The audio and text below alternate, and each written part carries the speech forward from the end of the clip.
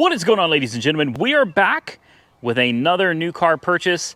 I gotta stop buying these things. I know better. The SL600 should have taught me a lesson, but instead I went and I spent even more money on yet another Mercedes. I'd like to introduce you to my 2014 Mercedes S550. This is the W222 chassis, and I believe it's a 4.7 liter twin turbo V8 with a 7-speed automatic transmission.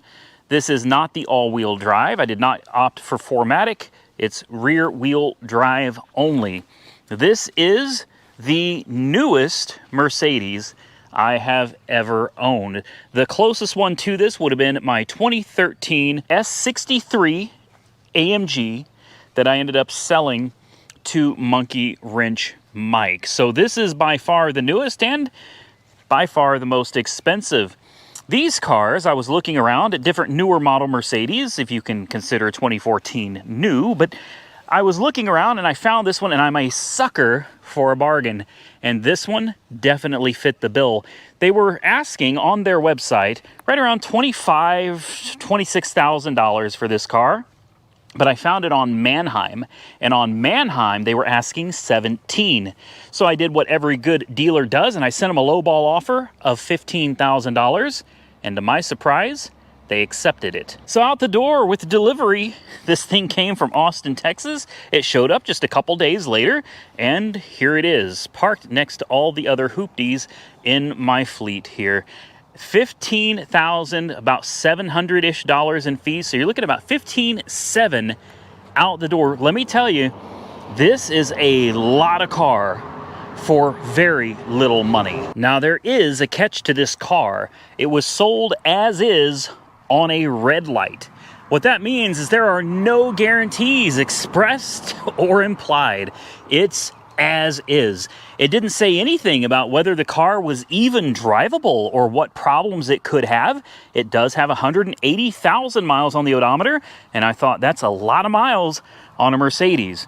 But there were a couple things really going for this car, which is why I decided to go ahead and bite the bullet. Number one, what I noticed is, even though it was being sold as is on the Manheim website, they had the car still listed publicly for sale on their own website down in Austin, Texas for $25,000-ish. So I'm thinking to myself, they couldn't possibly sell this retail to the public if it had a major problem, like a transmission or rear differential or a severe engine problem. You couldn't sell it.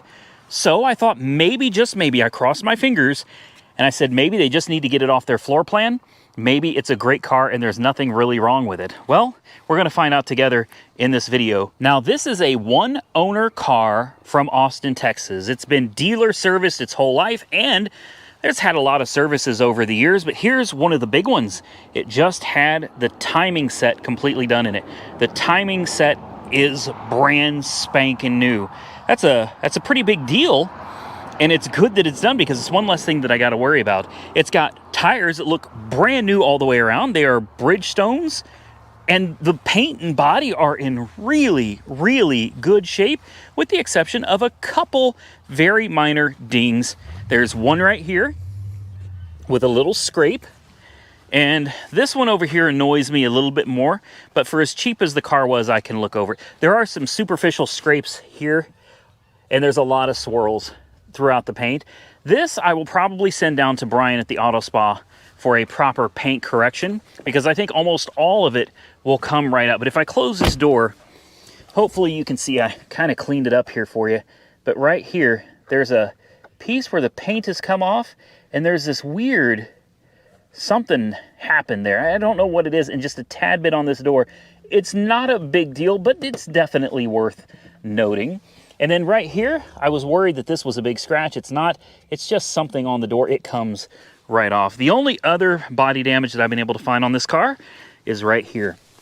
It's got a nice little scuff, something rubbed up against it. Obviously, that's below the paint. And the bumper right here has this unusual gap where it doesn't quite fit right there. I don't know what, I mean, it's secure. You can grab on it, pull it. It's not going to come off. It's just, you know, but again, It's a 2014. It's a one owner with no accidents, clean Carfax report, clean title, all that good stuff. So why don't we go past the looking at the body and let's take a quick look at the interior. This has the upgraded Burmeister stereo system, and boy is it nice. This thing is really, really nice. I'll have to show you the mood lighting. It's got some beautiful accent lighting throughout. The seats are like nothing I have ever experienced before in my life. They are heated, they are air conditioned, they are massaging, and they're also dynamic. When I say dynamic, I mean when you hit corners, the bolsters grab you. It's like a hand, depending on which direction the car is leaning. One of the bolsters reaches out and kind of just grabs you and holds you in place so you don't go sliding or leaning around the car. This thing has more features and options than I could probably ever be able to learn, and definitely more than I could ever tell you about. It has, of course, Distronic Plus Cruise. It's got Pre-Stop Plus. It's got just about everything, guys. It does not have the 360-degree cameras, but it can drive for you. And I believe this was one of the first cars on the market that could actually drive. It has lane keep assist and steering. It can steer for you while you're going down the road. Lots of room, super comfortable. And the back seats are even better. I mean, you've got so much stuff to do back here, guys. And this car is not highly optioned. It's a pretty basic model. This one would have been probably, I think, right around $105,000. This has the sport package, although I don't even know what that includes. You got a little place back here to store your stuff. It looks like some vents or some speakers, something going on here. This seat, this has worn out. And you've got, it's not ripped, it just needs to be put back on. You know, I think you could pull this panel out here. Same on the other side. You need to put this stuff back in, probably heat up the leather, stretch it out a little bit, and you would be good to go. The headliner, beautiful. Of course, you've got dual sunroofs, beautiful panoramic sunroof. You've got just an empty little cubby here. You got some cup holders, which function, which is nice. Again, remember, this car has 180,000 miles on the odometer. That's a lot of miles. You got a 115 watt AC inverter back here, 115 volt. You've got your on and off for the rear vents. And on the doors, of course, you've got the Burmeister. Beautiful, beautiful. It looks like it's brushed aluminum. Absolutely gorgeous. You've got all your controls. You've got your rear windows with the sunshades, of course. You've got your rear shade, and then this is your sunroof. You can control your sunroof, your rear privacy shade, which is back there, and the shades in these doors come out when you push the button. I'll show you that later. You've also got a dedicated air conditioning heating vent right there as well. This back seat is a nice place to be. This car is fully LED. There are no light bulbs, no incandescent bulbs in this car at all. Both of the screens up front, I think, are like 12.1 inch screens. Beautiful screens. And again, I know by today's standards, that's not very impressive, but I'm here to tell you, this is a 2014. All right, it's not a 2022. It's a 2014. And coming from the 2013 S63 AMG that I had, this car is leaps and bounds above and beyond anything that car could have ever dreamed of being. This thing is absolutely beautiful, and I'm in love with it. And I know better because these cars, this one, for example, the SL600, they remind you how dangerous these cars can really be. So do things like the Range Rover over here. We'll be back to all of this stuff at another time. But now that we've kind of given you a quick tour of the car, I think the only thing we can do now is hop inside so you can see those screens. Let's close all of this up. Oh, before I forget, the fuel economy on this. This is a big car. It's bigger than the previous generation, but it's all aluminum. The whole car, roof, everything, it's all aluminum, which makes it lighter. This car is able to get 25-ish miles a gallon on the highway. 25 miles a gallon on the highway. That is pretty impressive. I think right now I'm getting about 25.6, 25.7 miles per gallon average. That is super impressive. So I'm going to get in. Of course, don't forget your key because it thinks we're leaving. We'll close the door And look at this, guys. Let's fire it up. Let's turn the radio down there. Absolutely beautiful. Connected to iPhone 5. All right. You've got 25.2 is the current average miles per gallon. Now, what I want you to notice, from the very beginning, we start this car, no warning lights came on the dash. I didn't have to sit here and push the OK button. Nothing. It all works. Over here, you've got your steering so it can steer itself, and you've got your lane keep assist. Both of these work. If I push them, DTR Plus steering is on. The next one, lane keep assist is on. It all works. It all works. Now, take a look back here at your privacy glass, and this is pretty cool, guys. Oh, yeah. And how about over here? Look at this. Tell me this is not. Yeah, and the last one. You need privacy? Hey, this car has got you covered, man. It is dark as hell in here right now. It's a beautiful, beautiful place to be. You've got your little command center down here. You've got comfort and sport mode. You got S and E. I haven't figured out what E is. Maybe it's economical and sport. Maybe it's like comfort steering. I don't know. I know that this is obviously for the suspension, but I don't know exactly what this one is. You've got your up and down. You can raise it up, lower it down. You've got eco mode, which oddly enough, everything on this car works, but this button does not seem to do anything. There should be a light there that lights up.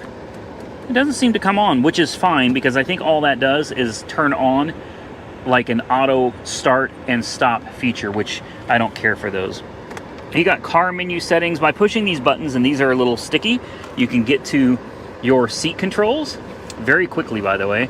And if you move over to massage, go down, you can start that massage, and you can move over to the passenger side, start their massage as well. Now, both you and your passenger are getting a massage. And don't forget to turn on your cooled seats. And if you want to adjust your passenger's seat from the front, push that button, and you'll see I can maneuver the passenger seat from where I sit.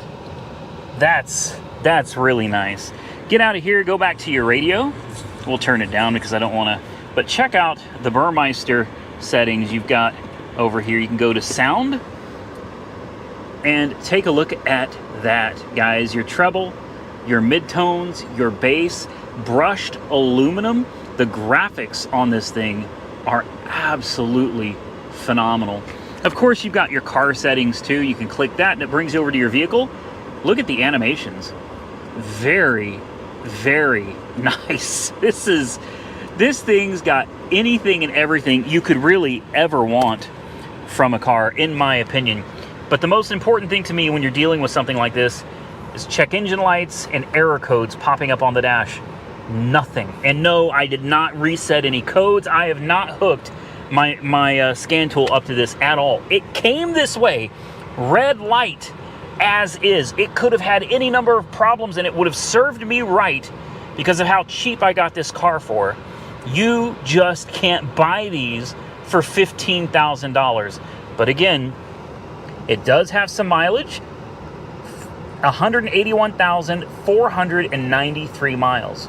All right, so she's not young. It's an older car. She does have some miles. But why don't we take it for a quick spin? Down here, you've got your cup holders. And then I think right here is like an ashtray. There you go. Center console, just a place to store stuff. Here you've got your cell phone. And these are touch. You don't have to push these physically. You can touch them. This car is absolutely beautiful, guys. And yeah, the important window works. As I know somebody's going to ask, but all the windows work like they're supposed to. One touch, express up and express down. You've got the clown face steering wheel that so many people talk about. It's one of the things that I guess once you see it, you can't not. This would be the smiling mouth. This would be the nose. And there are your eyeballs right there. So now you've seen the clown face.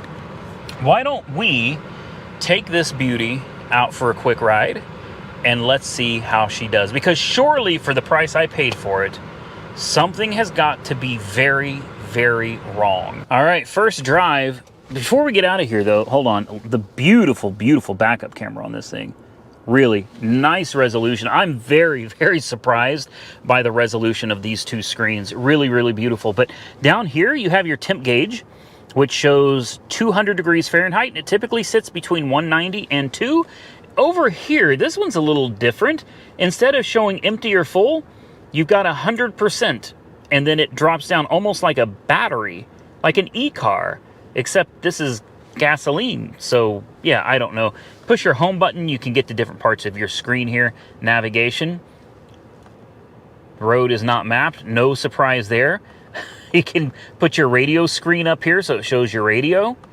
You've got media for your Bluetooth, your telephone, assistance info display. I don't even know what assistance info display is. I have no idea what that does. Last brake. Yeah, I don't know. We can get out of that though. But we'll go back to the trip because that's where I want to be, and that's how I track my fuel economy. All right, on the road. No noises? Let's give her some throttle.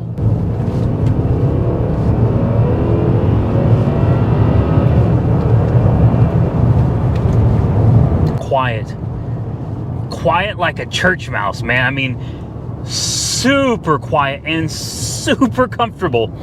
Now, I've said for a long time, one of the things that really scares me about these European cars are their suspensions. They're super overly complicated and over-engineered hydraulic and air suspensions. Now, I am 99.9% certain that this particular car has the Airmatic system, which I will take any day, every day over a tandem pump hydraulic ABC system.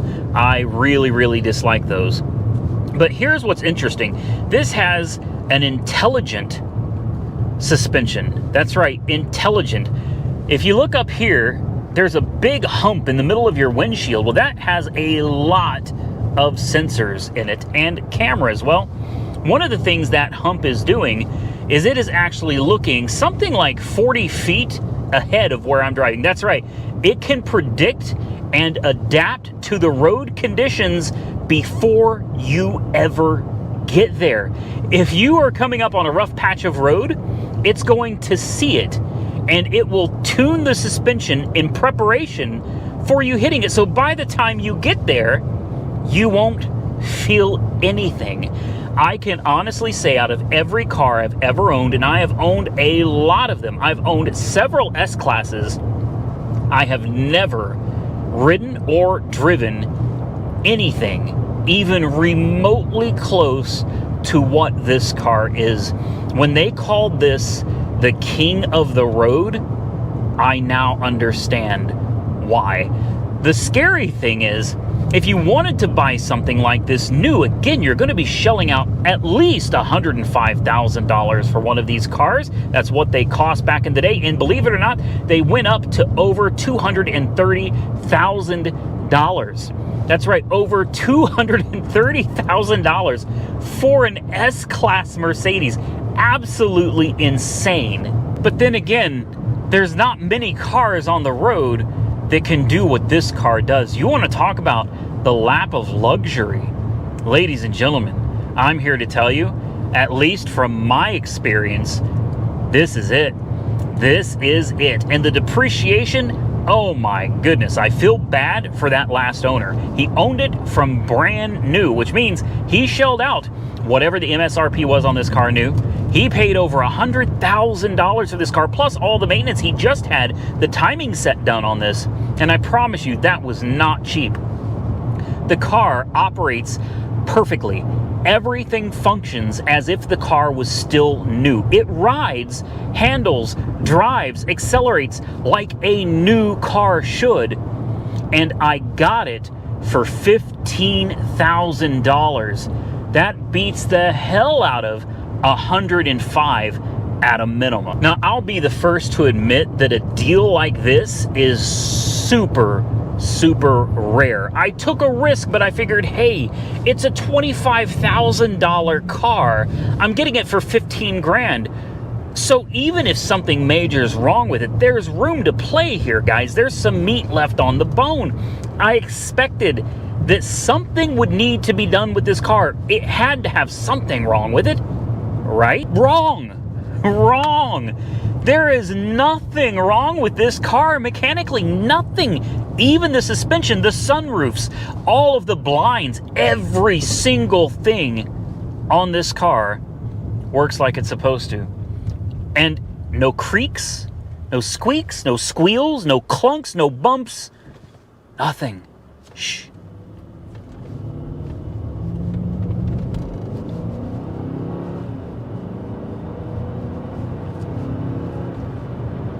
Just a quiet, refined, sophisticated car.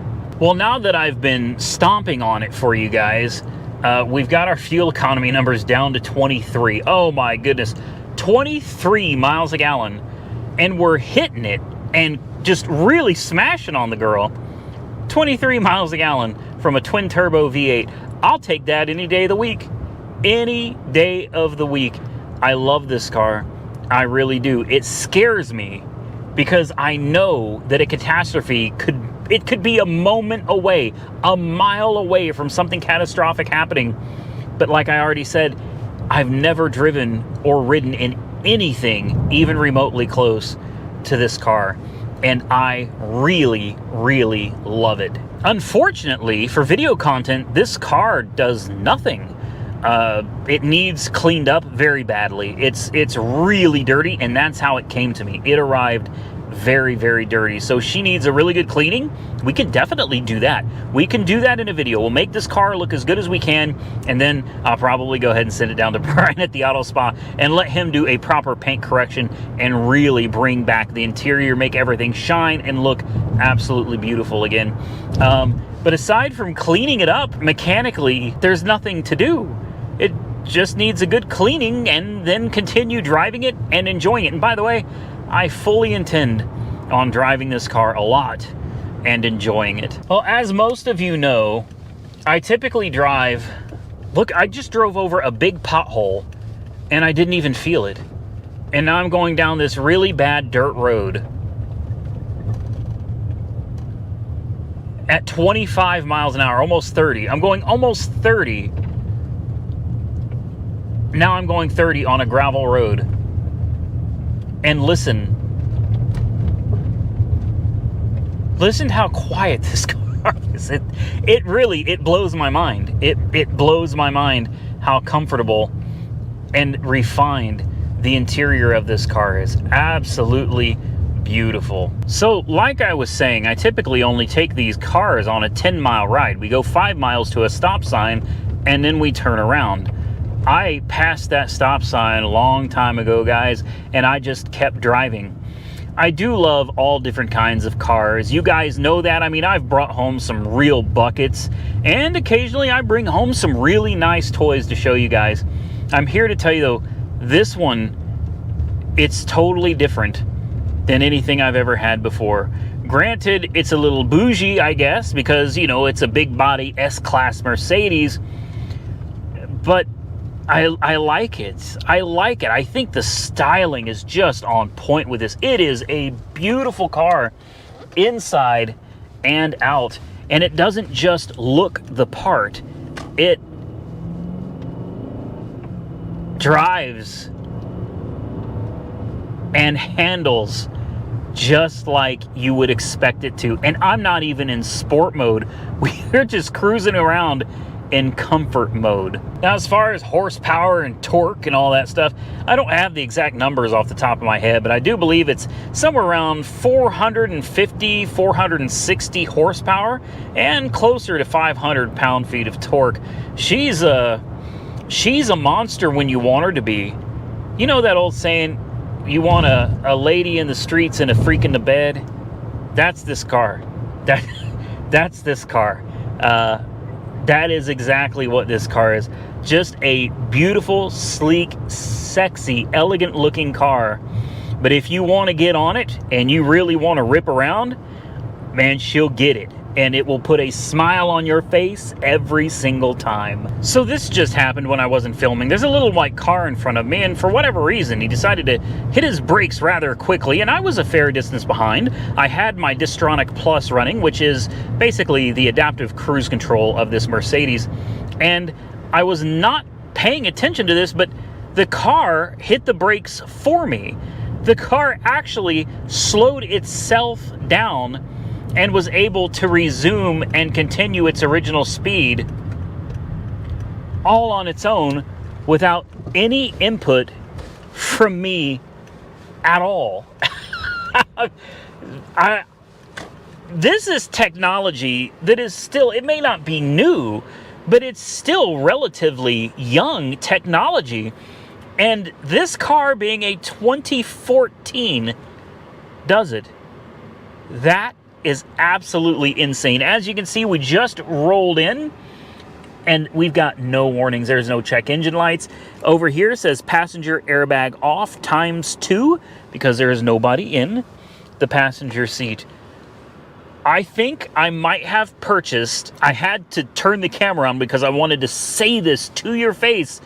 I may have purchased one of the higher mileage S-classes and the most perfect S-Class ever. Now, before I get out of the car, I definitely wanted to show you the sunroofs. You have both of them, and they open backwards from one another. And this giant piece of glass opens up into a vent. The back one does not do anything. And then one touch should bring it back down, and one more touch should close the shade. Same thing with the back. If we push it one time and let go, you'll see the shade back there closing up. How about that? Well, unless there's something that I'm forgetting. Oh, there is.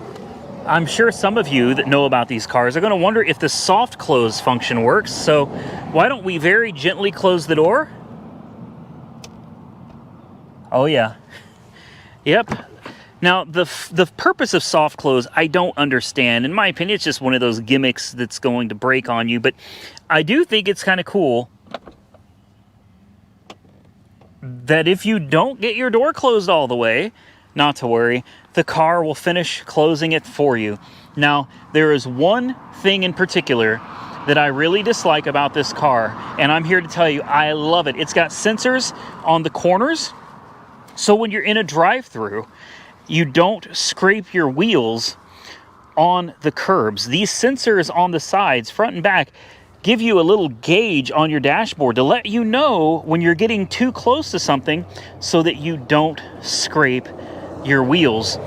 Now, speaking of the wheels, that is the one thing on this car that I just can't stand. I don't know how you guys feel about them, but to me, they look very, very plain. They don't look like a set of wheels that belong on an S-Class. And I'm sure they're factory. They're 245/50 18s. They're not staggered. These are Bridgestone Turanza EL 400 tires. Tires are like new, perfect tread. The wheels are in almost perfect condition. They look good. They present well. They just look so boring. I would love to find a set of maybe 20-inch AMG wheels and swap these out. But the truth is, they ride great, they handle great, and even though the wheels do present as a little bit boring, I think it's still a very classy big body Benz. Well, that pretty much concludes the video as far as the Mercedes goes. The Nissan Leaf, this thing is done, it's finished, and it's already up for sale at Copart. This one, unfortunately, is done, and it's in great condition now, except the auto auction that I bought it from lost my title, so I can't sell it and make a profit. Instead, the car has to just sit here until hopefully somebody somewhere someday finds the title to it. That would be nice, because this is money sitting here that's ready to go to its new home, and I cannot collect on it. And back to the European stuff. The old Range Rover, the 2011, she's looking pretty good. She's aired up. She's running. I'm going to have another video on this one because there's a couple more things we need to do to wrap up this vehicle to get it ready to go. I've got a new tire on the wheel. We've got a new battery. The battery is very important. We got to get that battery changed because this battery is completely shot. This one should be good. The SL600, well, this one continues to be a headache. This one continues to be a headache. That's all I'm going to say. I have been, actually now it's been 12 or 13 days as of the recording of this video. I was in discussions with, well, a company that I typically use for sponsorships when it comes to these European cars. And we were talking and things were good. And then just randomly, they didn't respond to me anymore. I sent a couple emails. I've gotten nothing back from them. And it's all kind of riding on that sponsorship, because I had $1,100 already in parts ready to order, and there's probably at least 500 or 600 more that I was going to pick up afterwards. But yeah, typically we have no problems with the sponsorships with them, but for whatever reason this time they're just not responding. So if I don't hear anything back from them, I'm not sure how much further I'll even be willing to go on this car, because that means everything is going to be out of pocket. There's a reason that most people don't go out and buy cars like these, and that's because they're really expensive to maintain, they're really expensive to fix, especially if they were owned and neglected by previous owners. And I'm thinking this one probably was. This one only has 92,000 miles, and look at all of the problems that we have with it. This one has 181,000 miles, and it's absolutely perfect for now. For now. I need to include that because we all know something will inevitably go wrong on that car. For now, though, I don't know what I'm going to do with the S550. It's a wonderful car. It makes me really happy. I enjoy driving it. And the fact that it's able to get over 25 miles a gallon, it makes it almost a perfect car for me. I really do. I probably don't look like the type of guy you would normally expect to be driving in an S-Class, but I don't care. It's part of the fun for me. I hop out with my plaid shirt and my ripped blue jeans and my vesties, and people are like, whoa. It's kind of fun. I love the car, but I don't know what I'm going to do with it. As far as content goes, I don't see that it needs anything, but with that said, there's something we need to do in the next video. We need to get it on the lift. I can't get it on the lift for you today, or I would put it in this video, because the Cadillac broke. I'm sure some of you are wondering where the Cadillac is. The Cadillac is in the shop on the lift. Santa's Workshop and I took it out along with Nick. We took Nick with us, and we went to a car cruise down in Ada. And it was the first time taking the car out for a public cruise or cars and coffee type thing, and it broke. It did. It broke. So stay tuned for a video on the Cadillac, because we have to fix it. I'm thinking about sending the 65 Cadillac down the road. It might end up at Copart soon once I fix it. Of course, I'm not going to send it broken, because I have found a 1940 Chevrolet that I really, really, really want. Stay tuned for that. So what I'm trying to say is there's a lot going on, but as far as the S550, I don't even know if it makes any sense to do any more videos on it, because I can't find anything wrong with it. But we get it on the lift, maybe it'll have an oil leak or something, and we'll need to figure that out, address it, make sure there's nothing obvious underneath that's going to be problematic. Aside from that, and cleaning it up, I don't think there's much more to do to it. Fingers crossed. So if you enjoyed today's video, do me a favor, hit that thumbs up button and drop those comments down below. Also, consider subscribing to the channel. I truly appreciate it. Until next time, stay safe out there, everybody. I look forward to seeing you all again very soon in the next one.